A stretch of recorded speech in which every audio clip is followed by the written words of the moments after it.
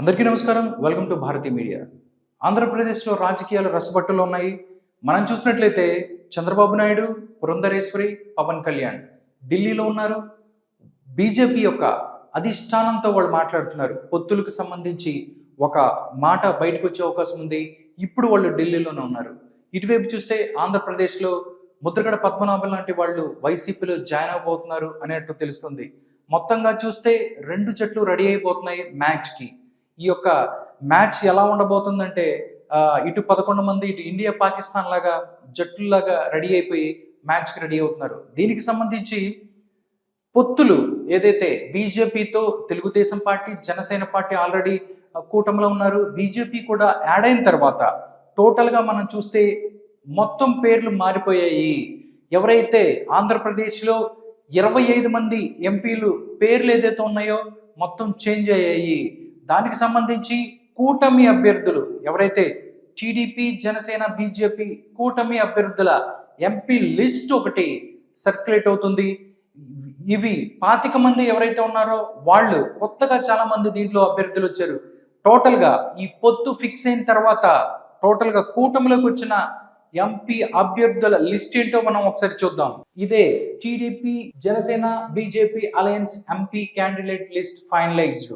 ఒకసారి మనం చూసుకున్నట్లయితే తెలుగుదేశం పార్టీ, జనసేన పార్టీ, అదేవిధంగా బీజేపీ పార్టీ మొత్తం 25 మంది ఎంపీ లిస్ట్ని ఒకసారి ఇచ్చారు. దీంట్లో మనం ఒకసారి ఫస్ట్ చూసుకున్నట్లయితే శ్రీకాకుళం నుంచి చూస్తే కింజారపు రామ్మోహన్ నాయుడు శ్రీకాకుళం నుంచి పోటీ చేయబోతున్నారు అన్నట్టు తెలుస్తుంది. నెక్స్ట్ విజయనగరం నుంచి కంది చంద్రశేఖర్ రావు ఎవరైతే ఉన్నారో ఆయన పోటీ చేస్తారు. ఆయన అభ్యర్థిత్వం కూడా ఖరారైపోయింది అన్నట్టు తెలుస్తుంది. దాంతోపాటు విశాఖపట్నం నుంచి ఎం శ్రీ భరత్ ఎవరైతే ఉన్నారో ఆయన ఇక్కడి నుంచి పోటీ చేస్తారు అన్నట్లు తెలుస్తోంది. దాంతోపాటు 4వ స్థానం ఏదైతే ఉందో అరకుకు సంబంధించి బీజేపీ తరఫున కొత్తపల్లి గీత ఇక్కడి నుంచి పోటీ చేయబోతున్నారు. దాని తర్వాత అరకు తర్వాత మనం చూస్తే అనకాపల్లి. ఇక్కడ చూస్తే ఇది చాలా ఒక న్యూ అప్డేట్ అని చెప్పొచ్చు. ఇక్కడి నుంచి కొనిదెల పవన్ కళ్యాణ్ ఎవరైతే ఉన్నారో కొనిదెల పవన్ కళ్యాణ్ జనసేన అధ్యక్షుడు ఇక్కడి నుంచి ఎంపీ అభ్యర్థిగా కూడా పోటీ చేయబోతున్నారు అన్నట్టు తెలుస్తుంది.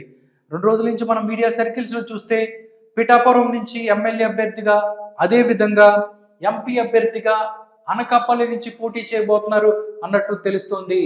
ఇక్కడి నుంచి మనం చూసుకున్నట్లయితే అనకాపల్లి కొనిదెల నాగబాబు లేదా కొనిదెల పవన్ కళ్యాణ్ ఇక్కడి నుంచి పోటీ చేయబోతున్నారు అన్నట్టు తెలుస్తుంది. యాస్టీజ్గా మనం రాజమండ్రి చూసినట్టయితే ఇక్కడి నుంచి దగ్గుబాటి పురంధరేశ్వరి ఎవరైతే ఉన్నారో బీజేపీ అధ్యక్షురాలు దగ్గుబాటి పురంధరేశ్వరి పోటీ చేయబోతున్నారు. దాని తర్వాత మనం చూస్తే కాకినాడ సంబంధించి ఇక్కడి నుంచి జనసేనకు సంబంధించిన అభ్యర్థి ఇక్కడి నుంచి పోటీ చేయబోతారు అన్నట్టు తెలుస్తుంది. ఫస్ట్ పవన్ కళ్యాణ్ కాకినాడ నుంచి కూడా ఎంపీ అభ్యర్థిగా పోటీ చేయబోతారు అన్నట్లుగా వచ్చిన దాని తర్వాత కాకినాడ నుంచి మాత్రం టి ఉదయ్ శ్రీనివాస్ ఎవరైతే ఉన్నారో ఇక్కడి నుంచి పోటీ చేయబోతున్నారు అన్నట్టు తెలుస్తుంది. అమలాపురం మనం చూస్తే గంటి హరీష్ మాథుర్ ఇక్కడి నుంచి పోటీ చేయబోతున్నారు అమలాపురం నుంచి. దాని తర్వాత నర్సాపురం చూస్తే మనం ఎప్పటి నుంచి అనుకుంటున్న పేరే రఘురామకృష్ణరాజు, వైఎస్ఆర్సీపీ రెబల్ ఎంపీ ఎవరైతే ఉన్నారో ఆయన నర్సాపురం నుంచి బీజేపీ అభ్యర్థిగా పోటీ చేసే అవకాశం ఉంది అన్నట్టు చెప్తున్నారు. మనం చూస్తే ఇది కొత్త అప్డేట్. నర్సాపురం తర్వాత మనం చూస్తే ఏలూరు నుంచి భాష్యం రామకృష్ణ టీడీపీ ఎంపీ అభ్యర్థిగా పోటీ చేయబోతున్నారు అన్నట్టు తెలుస్తుంది.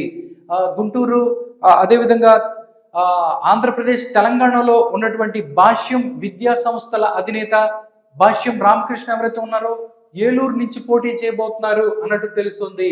దాంతోపాటు విజయవాడ చూస్తే కేసినేని శివనాథ్, ఇది మనం ముందనుకున్నదే. కేసినేని శివనాథ్ ఇక్కడి నుంచి పోటీ చేయబోతున్నారు. మచిలీపట్నం కూడా ఫిక్స్ అయిన పేరే. మచిలీపట్నం నుంచి వల్లభనేని బాలశౌరి జనసేన పార్టీ తరఫున పోటీ చేయబోతున్నారు ఎంపీ అభ్యర్థిగా. గుంటూరు నుంచి పెమ్మసాని చంద్రశేఖర్ ఎవరైతే ఉన్నారో ఎన్ఆర్ఐ ఉన్నారో, పలు సేవా కార్యక్రమాలు చేస్తున్న ఎన్ఆర్ఐ, ఈయన గుంటూరు నుంచి ఎంపీ అభ్యర్థిగా పోటీ చేయబోతున్నారు. నరసరావుపేట కూడా లావు శ్రీకృష్ణదేవరాయలు ఇక్కడి నుంచి పోటీ చేయబోతున్నారు అన్నట్టు తెలుస్తుంది. దీని తర్వాత నరసరావుపేట తర్వాత మనం చూస్తే ఒంగోలు ఫస్ట్. ఒంగోలు మనం ఇది కూడా ఇక్కడ కొత్త పేరు ఒకటి వినిపిస్తుంది. ఇక్కడ నుంచి మాగుంట శ్రీనివాసులు రెడ్డి ఒంగోలు నుంచి ఎంపీ అభ్యర్థిగా పోటీ చేస్తారు అనుకున్నారు. కానీ వాళ్ళ అబ్బాయి ఎవరైతే ఉన్నారో మాగుంట రాఘవరెడ్డి ఒంగోలు నుంచి టీడీపీ తరఫున ఎంపీ అభ్యర్థిగా పోటీ చేయబోతున్నారు అన్నట్లు తెలుస్తుంది.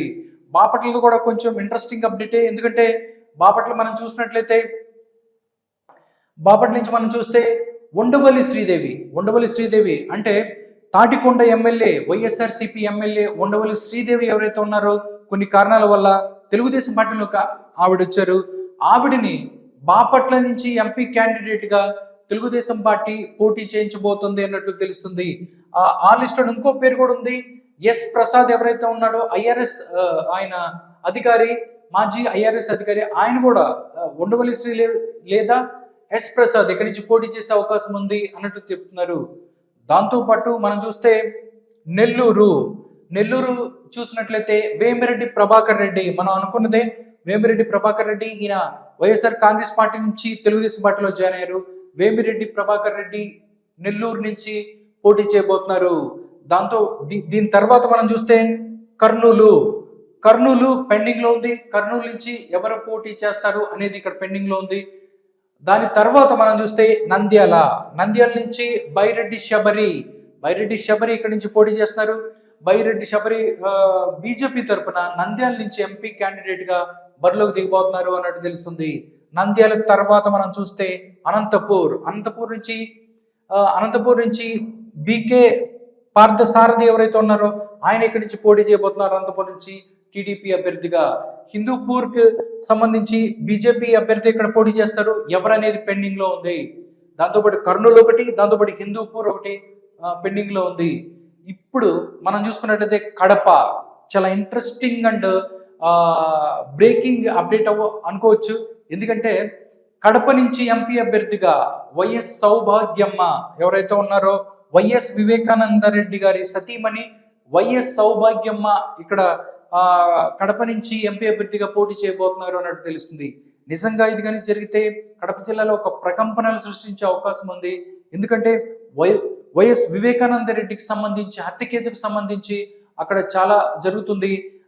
దీనికి సంబంధించి సునీత ఎవరైతే ఉన్నారో ఢిల్లీ ముఖంగా వైఎస్ జగన్మోహన్ రెడ్డిని ప్రశ్నిస్తుంది. ఆవిడ వాళ్ళ మదర్ ఎవరైతే ఉన్నారో వైఎస్ సౌభాగ్యమ్మ కడప జిల్లాలో పోటీ చేస్తే మాత్రం, కడప జిల్లా ఎంపీగా పోటీ చేస్తే మాత్రం ఇక్కడ సంచలనాలు నమోదయ్యే అవకాశం ఉన్నట్టు తెలుస్తుంది. దాని తర్వాత మనం చూస్తే రాజంపేటలో ఇద్దరు క్యాండిడేట్స్ ఉన్నారు. ఒకళ్ళు సత్యకుమార్ లేదా ఇంకొకళ్ళు వచ్చి నల్లారి కిరణ్ కుమార్ రెడ్డి, ఆంధ్రప్రదేశ్ మాజీ ముఖ్యమంత్రి ఎవరైతే ఉన్నారో ఆయన పోటీ చేసే అవకాశం ఉంది అని చెప్తున్నారు. దాని తరువాత మనం చూస్తే చిత్తూరు నుంచి దగ్గుమల్ల ప్రసాదరావు ఎవరైతే ఉన్నారో ఆయన పోటీ చేసే అవకాశం ఉంది అన్నట్లు తెలుస్తోంది. దాని తర్వాత 25 తిరుపతి మనం చూసుకున్నట్లయితే ఇక్కడి నుంచి తిరుపతి నుంచి బీజేపీ అభ్యర్థి ఎంపీ అభ్యర్థిగా ఇక్కడి నుంచి పోటీ చేస్తారు అన్నట్లు తెలుస్తుంది.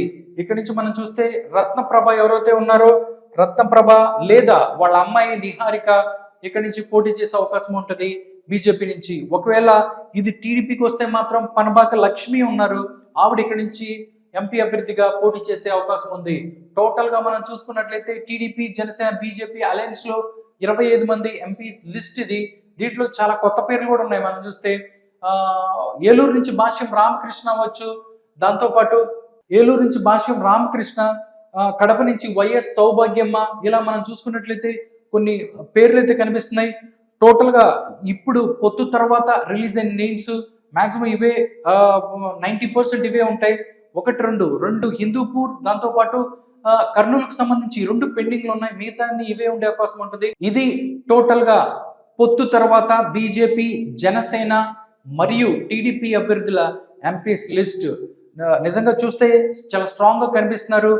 వీళ్ళు వైఎస్ఆర్సీపీ క్యాండిడేట్స్ ఎలా ఉంటారు, ఎవరిని వాళ్ళు ప్రకటిస్తారు ఎంపీ అభ్యర్థులుగా అనేది తెలియాల్సి ఉంది. ఇది ఇప్పటికైతే ఉన్న సమాచారం. చూడాలి నెక్స్ట్ దీని తర్వాత కూటమికి సంబంధించిన ఎమ్మెల్యే అభ్యర్థుల లిస్ట్ కూడా రాబోతుంది అన్నట్టు తెలుస్తుంది. టోటల్ గా చూస్తే ఎవరు ఎక్కడి నుంచి పోటీ చేయించాలి, ఎవరిని ఎలా గెలిపించుకోవాలి, అనే దాని మీదే ఇరు వర్గాలు కూడా రెడీగా ఉన్నాయి. చూద్దాం రానున్న కాలంలో ఈ ఫైట్ ఎలా మారబోతుంది అనేది.